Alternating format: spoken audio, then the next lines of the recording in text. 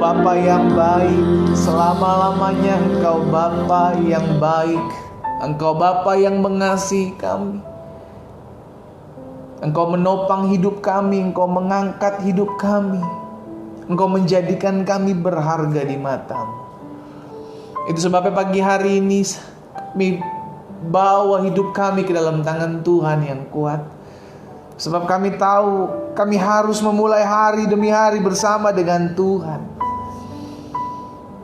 Itu sebab pagi hari ini kembali kami akan membuka hati kami untuk merenungkan firman-Mu. Kami mau diajar, kami mau dididik, kami mau dibentuk, kami mau disiapkan untuk menjadi bejana yang indah di pemandangan mata Tuhan. Roh Kudus, sampaikan sesuatu bagi kami, urapi kami dengan roh hikmat dan wahyu sehingga kami mengerti akan kebenaran.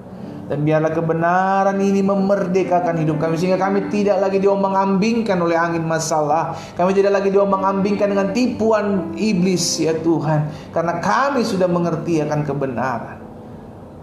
Di dalam nama Tuhan Yesus, Roh Kudus, sampaikan sesuatu bagi kami. Dalam nama Yesus kami berdoa. Haleluya. Amin. Amin. Haleluya. Saudara dikasih dalam Tuhan, selamat pagi buat setiap kita semua. Kita bersyukur karena pagi hari ini kita boleh kembali mengadakan ibadah doa pagi, dan secara khusus kita akan belajar kembali dalam kebenaran firman Tuhan. Dan masih ada dalam rangkaian khotbah hati-hati terhadap tipuan iblis. Dan apa yang menjadi tipuan iblis dalam kehidupan umat percaya, dalam kehidupan orang-orang benar, itu yang akan kita pelajari selama beberapa hari ke depan. Dari hari Senin kemarin tepatnya, saudara dikasih dalam Tuhan. Dan hari ini kita sudah ada di bahasan yang ketiga. Ya kan, saya sedikit review buat setiap umat Tuhan yang mungkin baru bergabung. By the way, kita bersyukur karena kita sudah ada di bulan yang baru, ya kan. Kita sudah ada di bulan September. Kita doakan September penuh kemuliaan Tuhan, September penuh dengan kuasa Tuhan. Kita akan mengecap apa yang baik di bulan September ini dalam nama Yesus. Haleluya. Kita percaya, kita imani hal-hal yang baik terjadi. Nah, kita kembali saudara dikasih dalam Tuhan, apa yang menjadi tipuan iblis dalam kehidupan orang percaya. Hari Senin kita sudah belajar dalam bahasan yang pertama, apa tipuan iblis yang seringkali ditaruh dalam hati kita, ditaruh dalam pikiran kita, dalam kita mengiring Tuhan. Yang pertama, dia seringkali mengintimidasi kita dengan pertanyaan, kalau Tuhan itu adalah Bapa yang baik, kenapa perkara-perkara jahat bisa menimpa hidup kita? Kalau dia adalah Bapa yang baik, kenapa hal-hal buruk bisa menimpa hidup kita? Kita sudah belajar kemarin di hari Senin. Bapak Ibu Saudara dikasih dalam Tuhan yang kelewat atau tidak mengikuti pembelajaran ini, Bapak Ibu bisa melihat di YouTube channel saya sudah masukkan di sana. Bapak Ibu bisa belajar kembali, bisa mereview kembali apa yang sudah kita pelajari. Dan yang kedua, sudah dikasih dalam Tuhan, apa yang menjadi tipuan iblis dalam kehidupan orang percaya. Tipuan iblis yang kedua dalam kehidupan orang percaya, seringkali dia menaruh dalam pikiran kita, menaruh dalam hati kita, nggak apa-apalah jatuh dalam dosa, toh saya masih manusia, saya kan belum sempurna. Ini adalah salah satu tipuan iblis yang kemarin kita sudah pelajari bersama-sama. Apakah benar bahwa manusia atau kita sebagai orang yang lemah ini nggak apa-apa jatuh bangun dalam dosa? Kita udah belajar kemarin kebenarannya. Saudara juga bisa lihat di YouTube channel saya sudah masukkan di sana. Dan hari ini kita ada dalam bahasan yang ketiga, apa yang menjadi tipuan iblis dalam kehidupan orang percaya hari-hari ini. Nah, ini yang ditaruh dalam hati kita, dan ini juga yang seringkali ada banyak orang sharing ke saya. Saudara dikasih dalam Tuhan, pendeta, untuk apa saya mengampuni seseorang kalau dia masih berbuat seperti itu terus? Ini yang seringkali menjadi tipuan iblis dalam kehidupan orang percaya. Buat apa saya mengampuni seseorang kalau dia masih bisa melakukan itu kembali dalam kehidupan saya? Untuk apa saya mengampuni orang yang bersalah kepada saya jika dia tidak mau berubah? Mungkin saudara sedang mengalami hari ini. Pendeta, buat apa saya mengampuni suami saya kalau dia saya ampuni besok dia buat lagi? Pendeta, buat apa saya mengampuni istri saya kalau saya ampuni hari ini besok dia buat lagi? kita akan belajar apakah ini yang menjadi kebenarannya. Sehingga kita tidak masuk dalam jebakan iblis yang akhirnya kita tetap menyimpan dendam, kita akhirnya menyimpan kebencian, kita menyimpan kesalahan orang lain dan tidak mengampuni orang lain. Matius 18 ayat 21 dan 22. Saudara bisa ambil Alkitab, saudara bisa ambil alat tulis, saudara bisa catat hal-hal ini sehingga kita bisa mengerti ya. Haleluya. Matius 18 ayat 21 dan ayat 22. Kemudian datanglah Petrus dan berkata kepada Yesus, "Tuhan, sampai berapa kali aku harus mengampuni saudaraku jika ia berbuat dosa terhadap aku?" Jadi ternyata bukan cuma kita. Rasul Petrus pun pernah mengalami hal yang sama dan dia tanyakan kepada Yesus, "Tuhan, sampai berapa kali aku harus mengampuni orang yang bersalah kepadaku, orang yang berbuat dosa terhadapku? Sampai 7 kali kah?" 7 kali untuk ukuran itu sangat ukuran yang sempurna, saudaraku. Petrus pikir dengan dia berkata 7 kali aku harus mengampuni, dia berkata, wah, Yesus pasti memuji saya ini. Yesus bilang apa di ayat yang ke-22? Yesus berkata kepadanya, "Bukan." Kaget mungkin Petrus kan. Wah, saya pikir 7 itu yang sempurna. Saya mengampuni, orang biasa mengampuni. Biasanya bilang begini, "Hari ini saya ampuni kamu, besok mungkin saya masih bisa mengampuni, tapi yang ketiga, wah, udah habis kesabaran saya." Biasanya orang kan sampai 3, iya kan? Petrus lebih dari atas rata-rata. 7 kali Petrus bilang, 7 kali kah guru saya harus mengampuni orang yang bersalah kepada saya? Yesus bilang, "Bukan Petrus."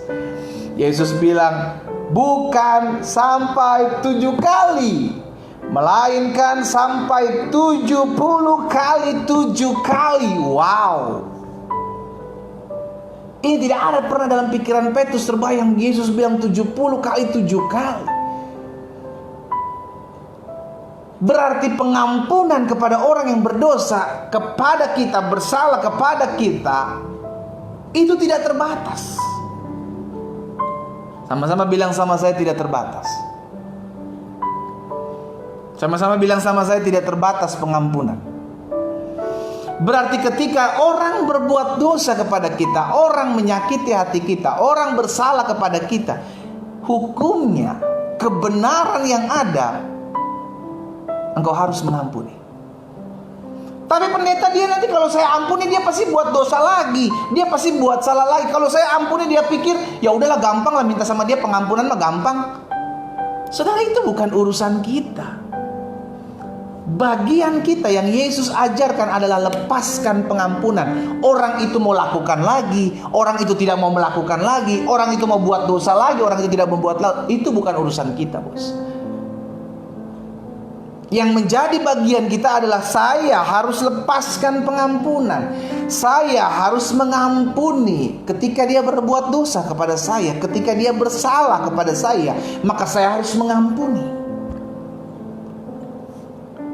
Tapi kalau dia nggak berubah gimana pendeta? Itu bukan urusan kita. Yang merubah seseorang bukan berdasarkan pelepasan kita melepaskan pengampunan, no. Yang mengubah seseorang adalah karya Allah. Makanya Paulus pernah bilang, "Aku menyiram, Apolos menabur. Aku menabur, Apolos menyiram, tapi Allah yang memberi pertumbuhan." Maksudnya apa? Yang terpenting adalah perannya Tuhan. Yang terpenting adalah Tuhan yang menjamah hati seseorang. Tapi bagian kita lepaskan pengampunan. Ngerti ya saudara ya? Jadi hati-hati dengan tipuan iblis ini, saudaraku. Sehingga akhirnya kita nggak lepaskan pengampunan. Buat orang yang bersalah kepada kita, kita sulit melepaskan pengampunan. Karena kita berpikir, buat apa saya mengampuni orang yang pasti akan berbuat dosa lagi kepada saya? Itu bukan urusan kita. Tapi bagian kita yang menjadi urusan kita adalah apa? Lepaskan pengampunan. Karena untuk orang itu buat dosa lagi kepada kita, orang itu berubah di jamah Tuhan, itu bukan urusan kita. Amin. Jadi hari ini, inilah yang menjadi kebenarannya. Iblis tidak mau engkau lepaskan pengampunan. Iblis tidak mau melepaskan kasih. Engkau melepaskan kasih kepada orang yang berdosa kepadamu, orang yang berbuat salah kepadamu, dengan alasan yang ditaruh dalam hati dan pikiran kita. Buat apa saya mengampuni kalau besok dia buat lagi? Buat apa saya mengampuni kalau besok dia kerjakan lagi dosa itu?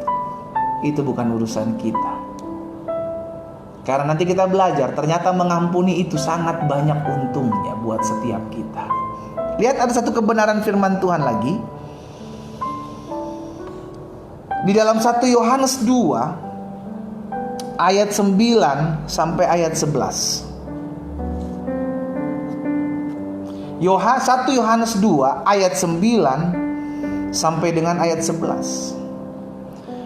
Barang siapa berkata, lihat saudara, bahwa ia berada dalam terang, tetapi ia membenci saudaranya, ia berada dalam kegelapan sampai sekarang.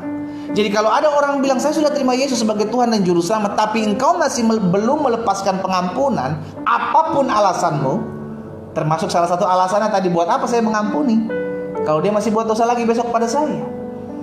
Yesus bilang, Alkitab jelas katakan, sudah dikasih dalam Tuhan, kalau ia bilang ngaku dia anak-anak Tuhan, ia berada dalam terang, tapi dia tidak mengampuni saudaranya, dia membenci saudaranya, sesungguhnya dia masih berada dalam gelap sampai sekarang. Ayat 10. Barang siapa mengasihi saudaranya, ia tetap berada dalam terang. Lihat. Jadi orang yang tidak mengasihi saudaranya, orang yang tidak melepaskan pengampunan buat saudaranya, dia sampai saat ini masih berada dalam gelap.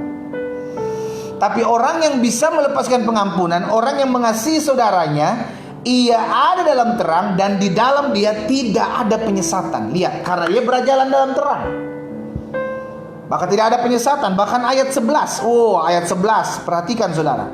Tetapi barang siapa membenci saudaranya, lihat ya saudara ya, Alkitab tidak menjelaskan apapun alasannya, tapi dia membenci saudaranya, dia tidak melepaskan pengampunan buat saudaranya. Apa dikatakan? Ia berada di dalam kegelapan dan hidup di dalam kegelapan. Tanpa dia sadari, tanpa orang ini sadari, dia sejatinya sedang ada dan tinggal di dalam sebuah kegelapan. Apa yang membuat dia tinggal dalam kegelapan? Karena dia masih membenci saudaranya. Saya nggak benci kok pendeta, saya cuma nggak mau melepaskan aja pengampunan. Buat apa saya ampuni dia? Kalau besok dia buat dosa lagi sama saya, buat apa saya ampuni dia? Kalau besok dia lakukan lagi pelanggaran ini, kalau besok dia lakukan lagi kesalahan ini. Saudaraku, bagian kita adalah mengasihi. Bagian kita adalah lepaskan pengampunan. Karena kalau sampai kita tidak mengasihi, kita tidak melepaskan pengampunan, maka kita masih tinggal di dalam kegelapan. Dan ia tidak tahu kemana ia pergi, karena kegelapan itu telah membutakan matanya. Lihat saudara, licik iblis. Iblis licik. Dia pakai alasan-alasan tertentu, tujuannya agar kita tetap tinggal dalam kegelapan.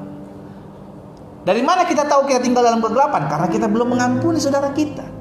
Kita belum mengampuni suami kita. Kita belum mengampuni istri kita. Kita belum mengampuni mertua kita. Kita belum mengampuni saudara kita. Kita belum mengampuni cucu kita, anak kita. Kita belum mengampuni mereka. Alkitab bilang kita masih tinggal dalam kegelapan. Walaupun kau bilang, saya melayani Tuhan pendeta, saya beribadah kepada Tuhan setiap hari pendeta.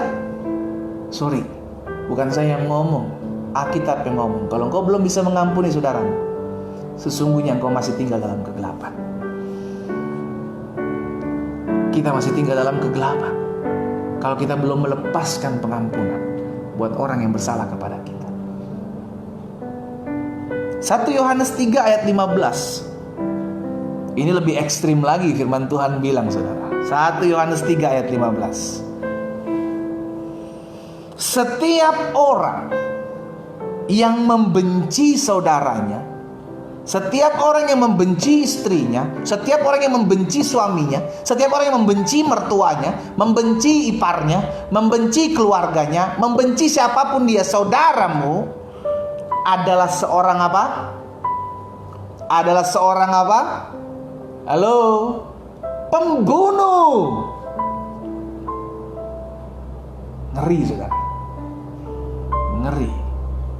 Loh, saya nggak bunuh siapa-siapa, pendeta. Kita bilang kok, barang siapa membenci saudaranya, barang siapa membenci sesamanya, maka dia adalah seorang pembunuh manusia. Dan kamu tahu, lihat, bahwa tidak ada seorang pembunuh yang tetap memiliki hidup yang kekal dalam dirinya. Wow, berarti hati-hati. Iblis mau kita binasa bersama-sama dengan dia, saudara. Sehingga akhirnya dia menaruh kebencian dalam hidup kita. Dia menaruh kegelapan kita tinggal dalamnya untuk tidak mengampuni, mengasihi saudara-saudara kita. Supaya apa? Kita bersama-sama dengan iblis dibinasakan. Karena Alkitab bilang seorang yang membenci saudaranya adalah seorang pembunuh. Dan tidak ada pembunuh yang memiliki hidup yang kekal. Loh, saya menerima Yesus sebagai Tuhan dan Juru Selamat loh, pendeta. Oh ya? Harusnya kalau Yesus ada dalam hidup kita, maka kita dengan mudah mengampuni orang yang bersalah kepada kita. Bukan soal itu, pendeta. Tapi habis kalau saya ampuni dia, nanti dia buat lagi. Itu bukan urusan kita, Bu. Itu bukan urusan kita, Pak. Mau dia buat atau dia nggak buat, itu bukan urusan kita. Itu karya Tuhan yang memang mungkin dia sudah jauh dari Tuhan. Nanti untuk Tuhan menjamah dia, itu bukan urusan kita. Tapi bagian kita, saya mengampuni. Jadi Alkitab sudah jelas, tidak ada alasan untuk engkau tidak mengampuni. Sekalipun engkau berpikir, nanti kalau besok dia buat lagi, ya besok engkau ampuni lagi. Kalau dia besok buat lagi, ya lu besok ampuni lagi. Karena keuntungan untuk mengampuni bukan buat musuh saudara dan saya. Keuntungan mengampuni buat hidup saudara dan saya. Sama-sama bilang, keuntungan mengampuni untuk buat saya. Keuntungan mengampuni itu untuk saya. Bukan buat orang yang kita ampuni, no. Ya saudara ya, setiap orang yang membenci saudaranya adalah seorang pembunuh manusia. Dan kamu tahu bahwa tidak ada seorang pembunuh yang tetap memiliki hidup yang kekal di dalam dirinya. Matius 5 ayat 9. Apa yang dikatakan firman Tuhan di sana? Tuhan Yesus bilang begini dalam Matius 5 ayat 9. Berbahagialah orang yang membawa damai. Berbahagialah, diberkatilah orang yang membawa damai, sebab mereka akan disebut apa? Anak-anak Allah. Jadi jelas, semua firman yang dari tadi kita baca itu berkaitan. Yang pertama kita baca bahwa orang yang belum bisa mengampuni saudaranya, dia tinggal dalam kegelapan sampai sekarang. Dan orang yang membenci saudaranya adalah seorang pembunuh manusia. Berarti tidak ada seorang pembunuh yang memiliki hidup yang kekal. Kenapa? Karena ayat sebelumnya tadi bilang bahwa dia tinggal dalam kegelapan. Orang yang masih tinggal dalam kegelapan tidak memiliki hidup yang kekal. Ketika dia terima Yesus, dia hidup dalam terang. Dia memiliki hidup yang kekal. Tapi selama dia tinggal dalam kegelapan, kenapa orang bisa tinggal dalam kegelapan? Karena dia belum mengampuni saudaranya. Dia belum mengampuni orang yang bersalah kepadanya. Dan itulah jebakan iblis. Iblis menipu. Gak apa-apa lu melayani, gak apa-apa lu menyembah Tuhan, gak apa-apa lu berdoa, gak apa-apa lu beribadah tiap minggu, tapi jangan lu ampuni orang yang bersalah. Engkau tinggal bersama-sama dengan aku, kata iblis. Tipuan. Hari ini saya mengajak setiap umat Tuhan dimanapun engkau berada, engkau yang bergabung dalam ibadah doa pagi hari ini. Bukan suatu kebetulan engkau ada di pagi ini. Siapapun engkau, Tuhan mau engkau lepaskan pengampunan buat orang yang pernah bersalah dalam hidupmu. Karena Tuhan mau memulihkan hidupmu. Tuhan mau melihat anak-anaknya tinggal bersama-sama dengan Dia dalam terang yang ajaib. Karena pada dasarnya untuk mengampuni adalah sebuah keputusan. Kita mau gak mengampuni orang yang bersalah kepada kita? Atau kita tetap masih tinggal dalam kebencian? Kita masih tetap tinggal dalam hati yang panas, hati yang kecewa, hati yang luka. Karena iblis memiliki tujuan satu, supaya sekalipun kita beribadah, dia membiarkan kita beribadah, saudara. Dia membiarkan kita menyembah Tuhan. Dia membiarkan kita tatkala kita memuji Tuhan, kita sambil nangis. Tapi hati kita, Dia ikat dengan kebencian. Sehingga sekalipun fisiknya kita menyembah Tuhan, tapi hati kita masih dipenuhi dengan luka, kedengkian, kedendaman, kebencian di masa lalu kita, yang belum kita lepas pengampunan kepada orang-orang yang mungkin pernah melakukan sebuah kesalahan dalam hidup kita. Sejatinya engkau masih tinggal dalam kegelapan, firman Tuhan bilang.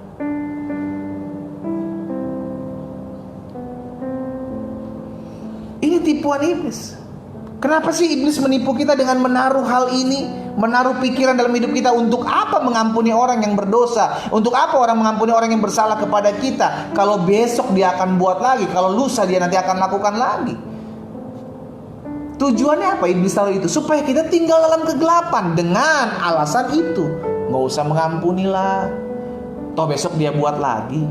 Memang karakternya begitu, memang sifatnya begitu, udah ngapain diampuni? Hati-hati.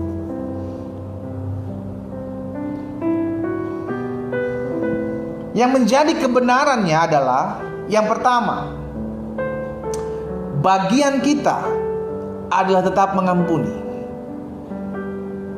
Dan Roh Kuduslah yang akan merubahkan hidup seseorang. Kita gak bisa bilang, oh saya gak mau mengampuni dia pendeta, habis nanti dia buat dosa lagi sama saya. Memang karakter dia seperti itu, tabiat dia seperti itu. Ya memang dia seperti itu pendeta, dia pasti akan buat dosa lagi. Jadi buat apa saya ampuni? Udah biar aja dia begitulah. Saya ampuni juga dia besok buat lagi. Kok saya ampuni juga besok dia buat lagi. Kebenarannya adalah, tugas saya adalah membawa damai. Tugas saya adalah melepaskan pengampunan, karena saya terlebih dahulu menerima pengampunan. Kita sudah terlebih dahulu menerima pengampunan dari Tuhan. Sekarang orang berdosa terhadap saudara dan saya, masa karena kita tidak mau mengampuni? Jelas Yesus sudah ngomong sama Petrus, engkau harus mengampuni sekalipun dia berbuat dosa kepadamu lagi dan lagi. Dia bersalah kepadamu lagi, dia buat lagi dan lagi. Tetap engkau harus ampuni dan mengampuni. Karena mengampuni keuntungannya buat saya dan saudara, bukan buat orang yang kita ampuni. Karena Tuhan mau melihat hidup kita berhasil, Tuhan mau melihat hidup kita maju, Tuhan mau melihat hidup kita tinggal dalam terang, bukan tinggal dalam kegelapan. Jadi yang pertama, kebenarannya adalah bagian kita adalah mengampuni. Untuk merubah seseorang adalah karya Roh Kudus. Jadi walaupun dia berbuat pelanggaran lagi kepada saya, walaupun dia menyakiti hati dia saya lagi, apakah saya harus mengampuni? Tetap kita harus mengampuni, karena itu panggilan kita menjadi pembawa damai. Engkau disebut anak-anak Allah. Engkau adalah anak Allah. Kita adalah anak Allah. Maka tugas kita adalah melepaskan pengampunan. Tugas kita adalah membawa damai. You ajak ribut, saya ajak damai. You buat onar, saya buat kedamaian. You buat salah kepada saya tetap mengampuni. Dampaknya itu buat saudara dan saya. Oh haleluya. Ini rahasia yang iblis tidak mau kita ketahui. Sehingga akhirnya dia akan coba untuk membawa kita lebih tinggal lagi dalam kegelapan. Dan di dalam kegelapan tidak ada terang, maka dia akan tersesat. Yang kedua, apa menjadi kebenarannya? Benarkah bahwa kalau kita mengampuni seorang yang berbuat dosa lagi kepada saya, percuma? No. Kebenaran yang kedua, ketika kita menyimpan kebencian dan sakit hati, itu hanya akan menghancurkan kehidupan kita, bukan kehidupan orang itu. Ini yang iblis mau. agar kita tinggal dalam sakit hati, kita tinggal dalam kekecewaan, kita tinggal dalam luka, kita tinggal dalam kebencian yang pada akhirnya menghancurkan hidup kita, melululantahkan hidup kita. Hal ini terjadi dalam kehidupan Kain. Kita tahu bersama bagaimana Kain Tuhan tegur ketika mukanya muram, ketika hati Kain panas. Dia tidak terima ketika Tuhan hanya menganggap korbannya Habel yang baik. Coba kita lihat Kejadian 4 ayat 5 dan 6. Kejadian 4 ayat 5 dan 6. Tetapi Kain dan korban persembahannya tidak diindahkan Tuhan. Lalu hati Kain menjadi sangat panas dan mukanya muram. Maka sekarang ayat 11. Maka sekarang lihat dampaknya saudara. Ketika Kain memiliki hati yang panas, lihat ayat 5 dan ayat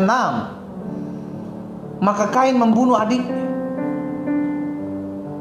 Kenapa? Karena di dalam hatinya tidak penuh dengan pengampunan.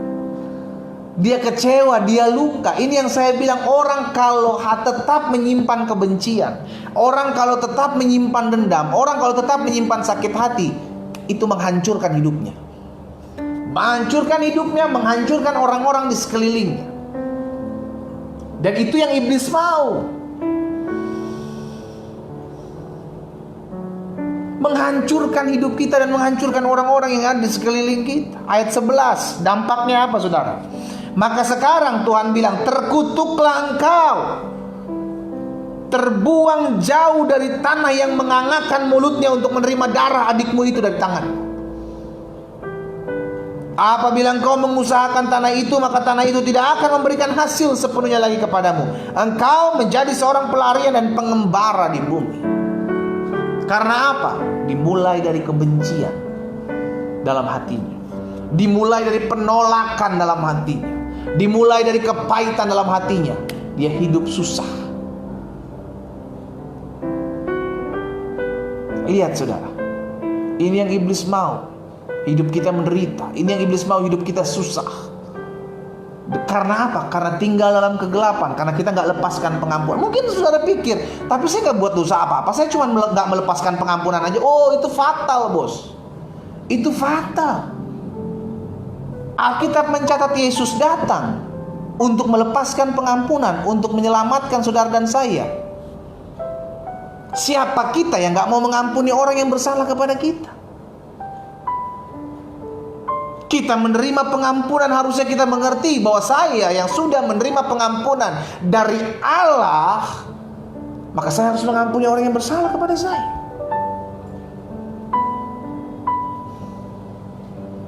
Jadi yang kedua, kebenarannya adalah menyimpan kebencian dan sakit hati hanya akan menghancurkan hidup kita. Tapi kalau saudara, ini pilihan ya saudara ya. Tapi kalau saudara berpikir, pendeta, ya udahlah saya tetap mau menyimpan dendam, saya nggak mau mengampuni. Ya itu kembali lagi kepada saudara. Cuman saya udah kasih tahu bahwa ketika engkau menyimpan dendam, engkau menyimpan kebencian itu hanya akan menyusahkan hidupmu.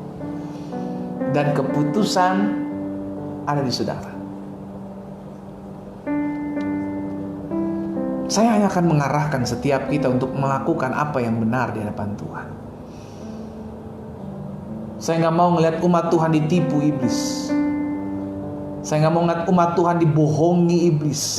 Seakan-akan dia hidup baik, hidup kudus, hidup suci, melayani Tuhan, menyembah Tuhan, tapi hatinya, saudaraku, Tuhan lihat hati loh saudara.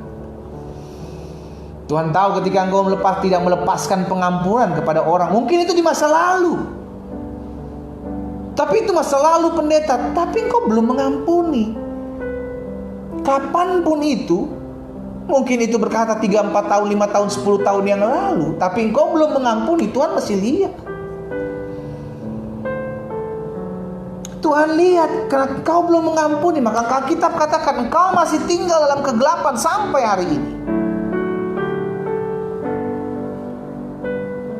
Yang ketiga, kebenarannya adalah mengampuni orang yang menyakiti kita, mengampuni orang yang bersalah kepada kita, mengampuni orang yang mengecewakan kita adalah bukti bahwa kita milik Tuhan Yesus. Dari awal kita sudah belajar bahwa orang yang bisa mengasihi saudaranya, orang yang mengampuni orang bersaudara kepada saudaranya, dia sejatinya sudah tinggal dalam terang. Tapi orang yang tidak bisa melepaskan pengampunan kepada saudaranya, dia sejatinya masih tinggal dalam kegelapan. Ini yang menjadi perbedaan orang yang tinggal dalam kegelapan dan orang yang sudah tinggal dalam terang Kristus. Berarti ketika kita mengampuni orang yang menyakiti hati kita, ketika kita melepaskan pengampunan pada orang yang mengecewakan kita, sejatinya itu adalah bukti bahwa kita adalah anak-anak Tuhan Yesus. Haleluya. 1 Yohanes 3 ayat 10.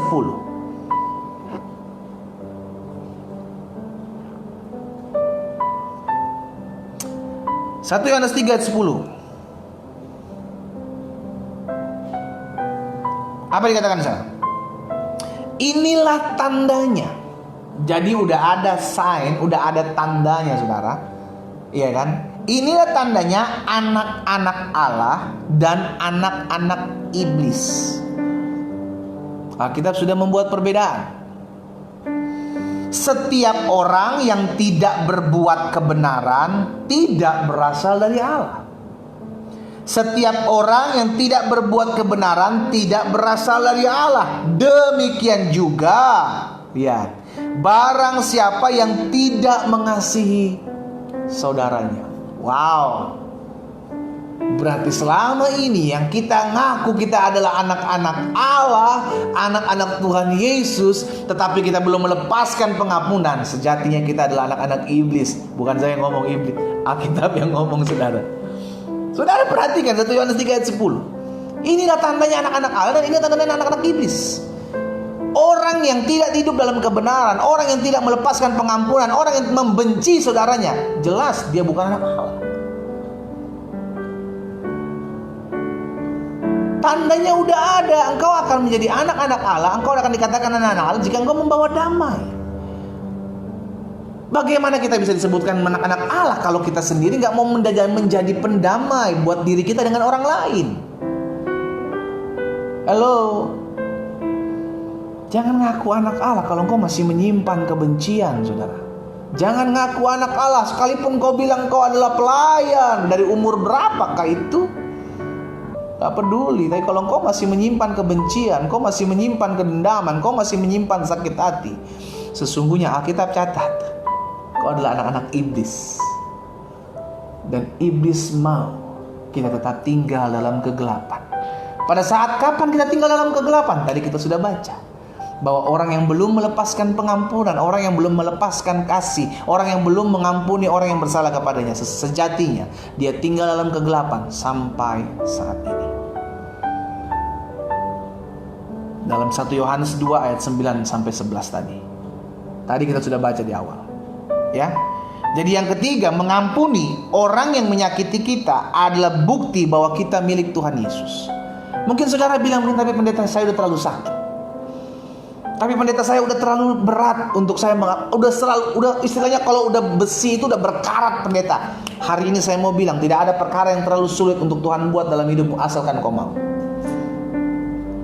Asalkan kau mau melepaskan pengampunan. Nanti setelah ibadah ini, setelah firman ini, saya akan doa secara khusus buat teman-teman, buat umat Tuhan yang memiliki kerinduan untuk melepaskan pengampunan tapi berat, tapi terikat. Itulah tipuan iblis. Nanti kita akan berdoa secara khusus buat hal ini, ya. Yang keempat, yang terakhir. Ini yang menjadi kebenarannya. Yang pertama, bagian kita adalah mengampuni. Jadi orang itu mau berbuat salah lagi, orang itu mau berbuat dosa lagi kepada kita, orang itu menyakiti hati kita lagi. Tugas kita terus mengampuni, terus mengasihi. Kita gak mau tinggal dalam kegelapan. Kita gak mau ditipu iblis. Kita gak mau memberi kesempatan kepada iblis. Ampuni dia, kasihi dia. Benci dosanya, kasihi jiwanya. Yang kedua, kebenarannya adalah menyimpan kebencian dan sakit hati hanya akan menghancurkan hidup kita. Karena ketika orang menyimpan kebencian, kepahitan, sakit hati, hidupnya akan susah. Kain mengalami hal itu, dimulai dari sakit hati. Yang ketiga, kebenarannya adalah mengampuni orang yang menyakiti kita adalah bukti bahwa kita milik Tuhan Yesus. Udah dibuat, Alkitab katakan bahwa ada ciri-cirinya, ada tandanya anak-anak Allah dan anak-anak iblis. Yang dikatakan anak-anak Allah adalah orang yang bisa mengampuni, orang yang tinggal dalam terang. Tapi dikatakan anak-anak iblis adalah orang yang tinggal dalam kegelapan, orang yang tidak bisa mengampuni orang yang bersalah kepadanya. Dan yang keempat, yang terakhir, mengampuni itu memberikan dampak yang baik dalam kehidupan kita. Dengan mengampuni engkau memiliki damai sejahtera. Dengan mengampuni hidupmu tidak menumpuk penyakit. Ada banyak orang simpan sakit hati, simpan kepahitan, simpan dendam, simpan kekecewaan. Tahukah saudara? Alkitab katakan hati yang gembira adalah obat yang manjur. Berarti sebaliknya, semangat yang patah mengeringkan tulang. Maksudnya apa? Orang yang hilang kasihnya, adanya kepahitan, kekecewaan, luka kepada siapapun, engkau sedang menumpuk sakit penyakit dalam hidupmu tanpa engkau sadari. Dan tahukah saudara, itulah yang menjadi goalnya iblis. Ia mencuri. Pertama, dia mencuri perhatianmu agar engkau terperhatikan tidak lagi kepada kasih karunia Tuhan, tapi kepada intimidasi iblis. Dengan mengatakan, udah simpan aja kebencian. Wajar kok engkau sakit hati, wajar kok engkau kecewa, wajar kok engkau marah, wajar kok engkau kepahitan. Hal-hal itu dibuat iblis supaya engkau menyatakan, ya wajar lah, saya masih manusia, saya dendam, saya sakit hati, saya dikecewakan, saya dipermalukan, saya dirugikan, saya sakit hati pendeta, wajar. Itu tipuan iblis, bos. Iblis mau engkau sama-sama dengan dia dibinasakan. Kenapa? Karena seorang yang membenci saudaranya adalah seorang pembunuh, dan seorang pembunuh tidak memiliki hidup yang kekal. Ada sebuah kewajaran kalau iblis kasih tahu. Akhirnya kita mulai, oh iya bener lah, wajar lah. Saya nyimpan dendam, siapa juga yang gak sakit hati diginiin pendeta? Siapa juga yang gak kepahitan diselingkuhin pendeta? Siapa juga yang gak sakit hati ya pendeta ya?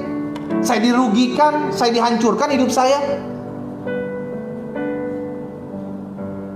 Iblis membuat segala sesuatu yang tidak benar itu menjadi sebuah kewajaran. Alkitab jelas, tegas, yang tidak benar, yang gelap, tetap gelap. No gray area dalam kekristenan. Tidak ada area abu-abu dalam kekristenan. Dan ketika kita semakin hari semakin menyimpan dendam, semakin hari semakin menyimpan benci, semakin hari semakin menyimpan kedendaman, itu hanya menyusahkan hidup kita, membuat kita semakin hari menumpuk penyakit dalam hidup kita. Kita tidak lagi hidup dalam damai sejahtera. Kita melihat orang yang menyakiti kita, kita kecewa, kita marah.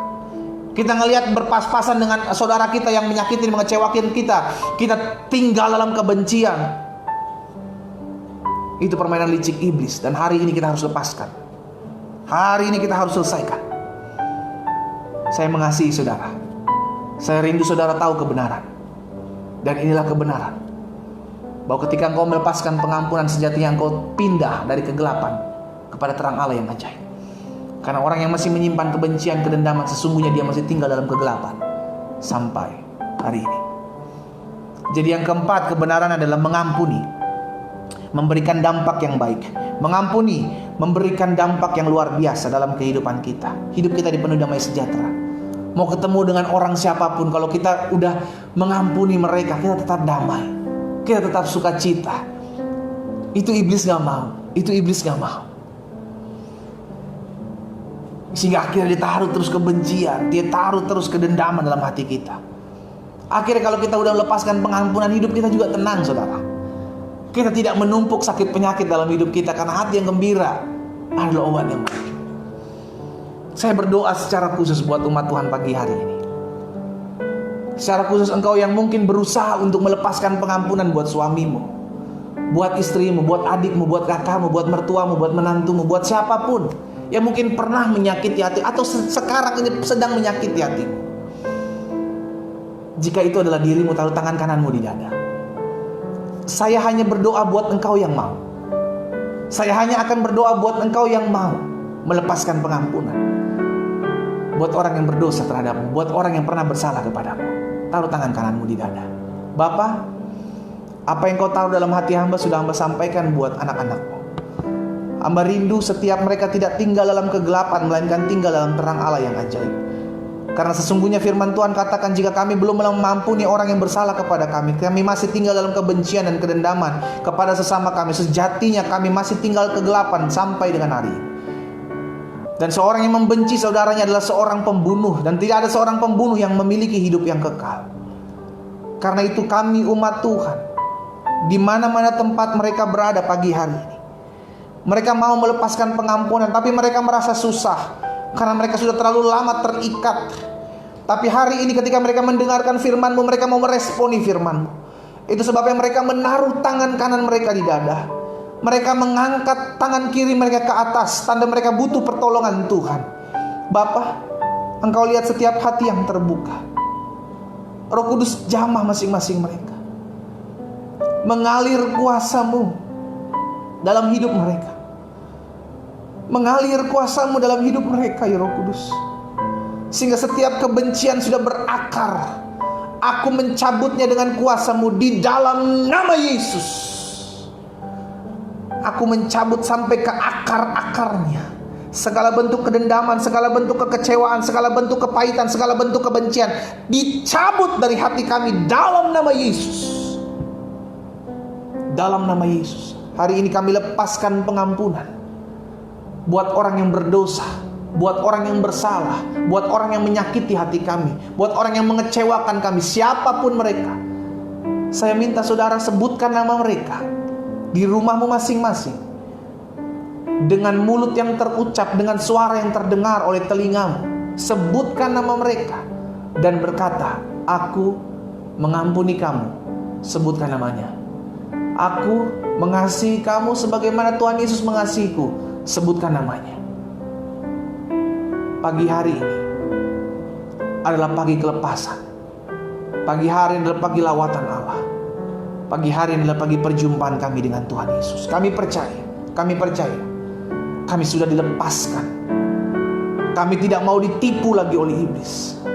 Kami tidak mau tenggelam bersama-sama dengan iblis dan tinggal dalam kegelapan. Karena itu kami mau lepaskan pengampunan ini kepada orang-orang yang pernah menyakiti hati kami, pernah mengecewakan kami, pernah berbuat jahat kepada kami. Kami ampuni mereka sebab kami terlebih dahulu mengampuni, terlebih dahulu diampuni oleh Tuhan. Bapa, hamba berdoa, Tuhan lihat setiap hati yang terbuka. Tuhan lihat setiap hidup yang dipersembahkan kepadamu. Hari ini mereka sudah mengampuni orang yang pernah bersalah kepada mereka. Mungkin itu udah puluhan tahun ke belakang. Tapi ketika mereka mendengarkan firman-Mu, Roh Kudus mengingatkan mereka. Dan hari ini mereka selesai. Mereka selesai dengan iblis. Mereka tidak lagi ditipu oleh iblis. Mereka berjalan dalam terang Tuhan yang ajaib. Mereka berjalan dalam kebenaran yang Tuhan anugerahkan dalam hidup mereka. Hamba berdoa di dalam nama Yesus, mereka menerima kuasa Tuhan. Mereka menerima lawatan Tuhan. Adik-adik muda, engkau yang pernah tersakiti oleh pasanganmu dulu, engkau pernah dikecewakan oleh pasanganmu dulu, saya mau berdoa buat engkau. Taruh tangan kananmu di dada. Doakan dia. Sebutkan nama dia. Bapak hamba berdoa buat orang-orang muda yang mungkin pernah dikecewakan, mungkin pernah disakiti oleh pasangannya, dan mereka memiliki kepahitan dengan orang tersebut. Hari ini mereka mendengar firman-Mu. Hamba berdoa di dalam nama Yesus. Hamba rindu melihat orang-orang muda diberkati Tuhan. Hamba rindu melihat orang-orang muda dipakai Tuhan. Tapi selama mereka masih tinggal dalam kebencian, maka mereka tetap tinggal dalam kegelapan. Tapi hari ini mereka dengar firman-Mu. Mereka lepaskan pengampunan kepada pasangan dulu mereka yang pernah menyakiti mereka, yang pernah mengecewakan mereka. Hamba berdoa di dalam nama Yesus, Tuhan jamah setiap hati. Tuhan pulihkan setiap hati orang-orang muda, sehingga iblis tidak mendapatkan kesempatan ini. Dalam nama Yesus, dalam nama Yesus, turun kasih karunia Tuhan, turun anugerah Tuhan, turun kuasa Tuhan untuk memampukan mereka melepaskan pengampunan. Terlepas dalam nama Yesus. Terlepas dalam nama Yesus segala ikatan kebencian, ikatan kepahitan, ikatan roh kekecewaan dalam nama Yesus. Allah Roh Kudus hiburkan, gantikan dengan pengharapan, gantikan dengan kekuatan yang baru. dalam nama Yesus. Bapa, terima kasih. Hamba percaya umat-Mu pagi hari ini mengalami lawatan Tuhan di rumah mereka masing-masing. Mereka belajar untuk mengampuni. Sekalipun mungkin orang itu akan berbuat lagi sama seperti apa yang dulu pernah mereka buat, kami tetap belajar untuk mengampuni karena menguntungkan untuk anak-anak Tuhan tinggal dalam terangnya ajaib. Hamba juga berdoa buat mereka yang sakit. Engkau yang sakit, taruh tangan kananmu di bagian tubuhmu yang sakit. Firman Tuhan katakan tanda-tanda ini menyertai orang percaya. Ia akan tumpangkan tangan seorang sakit dan orang sakit menjadi sembuh. Hamba berdoa dalam nama Yesus. Tuhan menjamah, Tuhan menyembuhkan mereka. Firman Tuhan katakan disampaikan firman, disembuhkannya mereka. Sehingga hari ini menjadi hari pemulihan, hari ini menjadi hari kesembuhan. Dalam nama Yesus, segala sakit penyakit, segala kuasa kegelapan, segala campur tangannya, di dalam nama Yesus kami patahkan. Mereka terima kuasa, mereka terima mujizat, mereka terima kesembuhan. Dalam nama Yesus. Bapa, pagi hari ini juga hamba berdoa buat setiap usaha, buat setiap pekerjaan, buat setiap dagang dari anak-anak Tuhan, buat setiap bisnis mereka yang mereka kerjakan di masa-masa pandemik ini. Kami tetap percaya hidup kami dipelihara oleh tangan Tuhan yang ajaib. Karena itu hari ini hamba berdoa di dalam nama Yesus, biarlah kasih karunia Tuhan menopang, memelihara usaha mereka, mempromosikan apa yang menjadi mereka kerjakan oleh kedua belah tangan mereka. Bahkan hamba berdoa mereka diberkati Tuhan dengan berkat Allah Abraham, Ishak, Yakub. Hamba berdoa juga menyerahkan setiap rumah tangga yang sedang tergoncang hari-hari ini. Suami yang telah jauh dari Tuhan, istri yang telah jauh dari Tuhan, kami doakan dipulihkan, dijamah Tuhan. Melalui kehidupan suami dan istri yang takut akan Tuhan, maka rumah tangga mereka dipulihkan dalam nama Yesus. Bahkan pemulihan terjadi, rekonsiliasi terjadi antara hubungan anak dengan orang tua, mertua dengan menantu, adik dengan kakak yang mungkin hari-hari ini ribut, hari-hari ini pecah disebabkan oleh satu dan lain hal. Kami doakan dalam nama Yesus. Secara khusus mereka yang berdoa buat hal ini dijamah Tuhan, ditolong Tuhan, dipulihkan Tuhan. Terima kasih Bapa yang baik. Pada akhirnya hamba juga berdoa, menyerahkan ke dalam tangan Tuhan setiap orang-orang muda yang mencari pasangan hidup, yang mendoakan agar mendapatkan pasangan hidup yang berasal daripada Tuhan, di dalam nama Yesus. Biar Tuhan yang mengaruniakan pasangan hidup yang takut akan Tuhan, mengasihi Tuhan, bahkan mencintai dan mengasihi mereka. Hamba berdoa juga buat setiap mereka yang menjalin hubungan, yang hari-hari ini bersama-sama dengan kekasih mereka, dengan pasangan mereka, berdoa untuk hubungan mereka. Bapa, hamba berdoa, Tuhan ingatkan mereka akan kasih-Mu. Tuhan ingatkan mereka jika hubungan mereka semakin hari semakin jauh dari Tuhan. Tuhan ingatkan mereka kembali. Tuhan tahu yang terbaik buat anak-anak Tuhan. Itu sebabnya kami berdoa agar setiap hubungan yang mereka sedang jalankan hari-hari ini membawa kemuliaan bagi nama Tuhan. Kalaupun Tuhan berkenan lain, maka biarlah Tuhan nyatakan apa yang menjadi kuasa dan kehendak Tuhan. Terima kasih Bapa. Hamba juga berdoa menyerahkan ke dalam tangan Tuhan yang ajaib setiap mereka rumah tangga yang hari-hari ini berdoa untuk mendapatkan keturunan. Jika itu yang menjadi doamu, istri-istri atau engkau suami-suami, taruh tangan kananmu di hatimu, taruh tangan kananmu di bagian tubuhmu, di kandunganmu, perempuan-perempuan dan laki-laki. Berdoa buat istrimu di dalam nama Yesus. Kami sepakat pagi hari ini berdoa menyerahkan rumah tangga mereka, mereka yang merindukan hari-hari ini Tuhan, keturunan-keturunan ilahi. Hamba doakan dalam nama Yesus, terbuka kandungan mereka, diberkati dari Tuhan Yesus, sehingga mereka dipercayakan Allah untuk mendapatkan keturunan-keturunan ilahi yang daripada Tuhan, dalam nama Yesus. Terima kasih Bapa. Pada akhirnya kami berdoa buat jiwa-jiwa yang masih jauh dari Tuhan. Kami teringat saudara kami teringat keluarga kerabat kami, bahkan siapapun mereka yang kami terus doakan. Betul, bagian kami adalah bersaksi, bagian kami membawa damai. Tapi kami percaya untuk menjamah seseorang adalah karya Roh Kudus. Itu sebabnya kami doakan mereka dari tempat ini setiap hari. Kami berdoa sebab kami percaya Roh Kudus menjamah hati mereka untuk menyadarkan mereka untuk kembali ke jalan-jalan Tuhan. Kami doakan sehingga dalam ibadah doa pagi ini kami merebut jiwa-jiwa yang masih jauh dari Tuhan. Kami menyelamatkan mereka oleh karena kami mengasihi mereka. Tuhan jamah mereka, selamatkan mereka. Kami berdoa, sebutkan nama mereka saudara, nama-nama yang kita bawa setiap hari dalam doa pagi ini. Kita doakan agar mereka dijamah Tuhan, agar mereka dipulihkan Tuhan, mereka mengalami perjumpaan dengan Tuhan Yesus. Dalam nama Yesus, Engkau sanggup, Engkau mampu menjamah setiap mereka. Terima kasih Bapa. Pada akhirnya kami berdoa buat bangsa kami. Kami mengasihi bangsa Indonesia. Kami berdoa buat Indonesia. Di dalam nama Yesus, shalom atas Indonesia. Damai sejahtera turun atas Indonesia. Indonesia diberkati Tuhan. Di dalam nama Yesus. Sehingga pada akhirnya Indonesia dipulihkan Tuhan dari pandemi COVID ini. Oh, kami percaya Tuhan, waktu Tuhan yang terbaik. Berkati pemimpin-pemimpin bangsa ini, Bapak Presiden, Wakil Presiden, jajaran menteri yang ada, pemerintahan MPR, DPR yang ada di pusat, di daerah, pemerintahan daerah yang ada. Tuhan berkati gubernur, wali kota, bupati yang ada dalam nama Yesus. Bahkan Panglima TNI, Kapolri, kami doakan TNI Polri di dalam nama Yesus.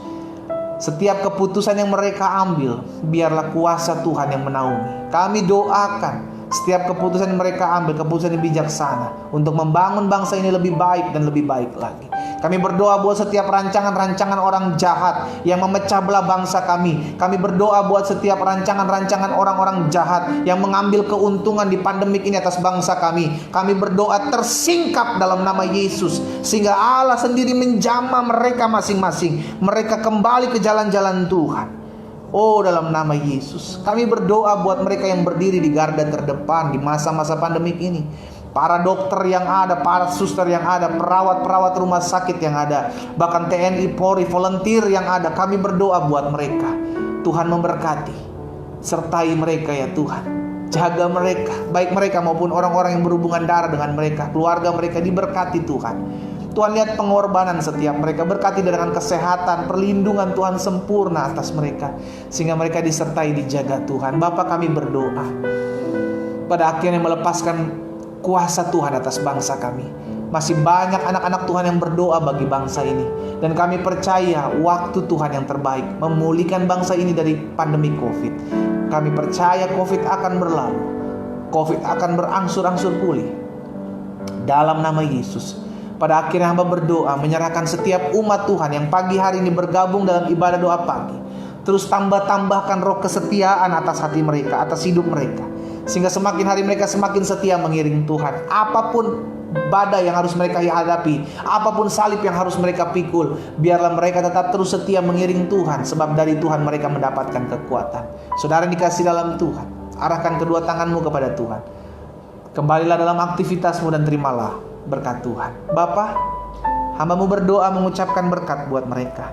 Di dalam nama Bapa, Anak dan Roh Kudus, dalam nama Tuhan Yesus, turunlah berkat kasih karunia Tuhan, berkat anugerah Tuhan, berkat Allah Abraham, Ishak, Yakub, turun atas umat-Mu mulai hari ini.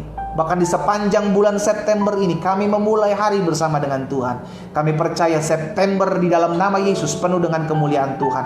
Apapun juga yang harus dilunasi, diselesaikan keuangan yang ada di bulan September ini, di dalam nama Yesus terbayarkan dengan pertolongan Tuhan yang sempurna. Kami terima, sebab Tuhan kami adalah Tuhan yang menyediakan. Di dalam nama Tuhan Yesus kami berdoa. Haleluya. Amin. Amin. Amin. Saudara yang dikasih dalam Tuhan, lepaskan pengampunan, karena itu yang Tuhan Yesus kehendaki. Jangan sampai kita ditipu iblis.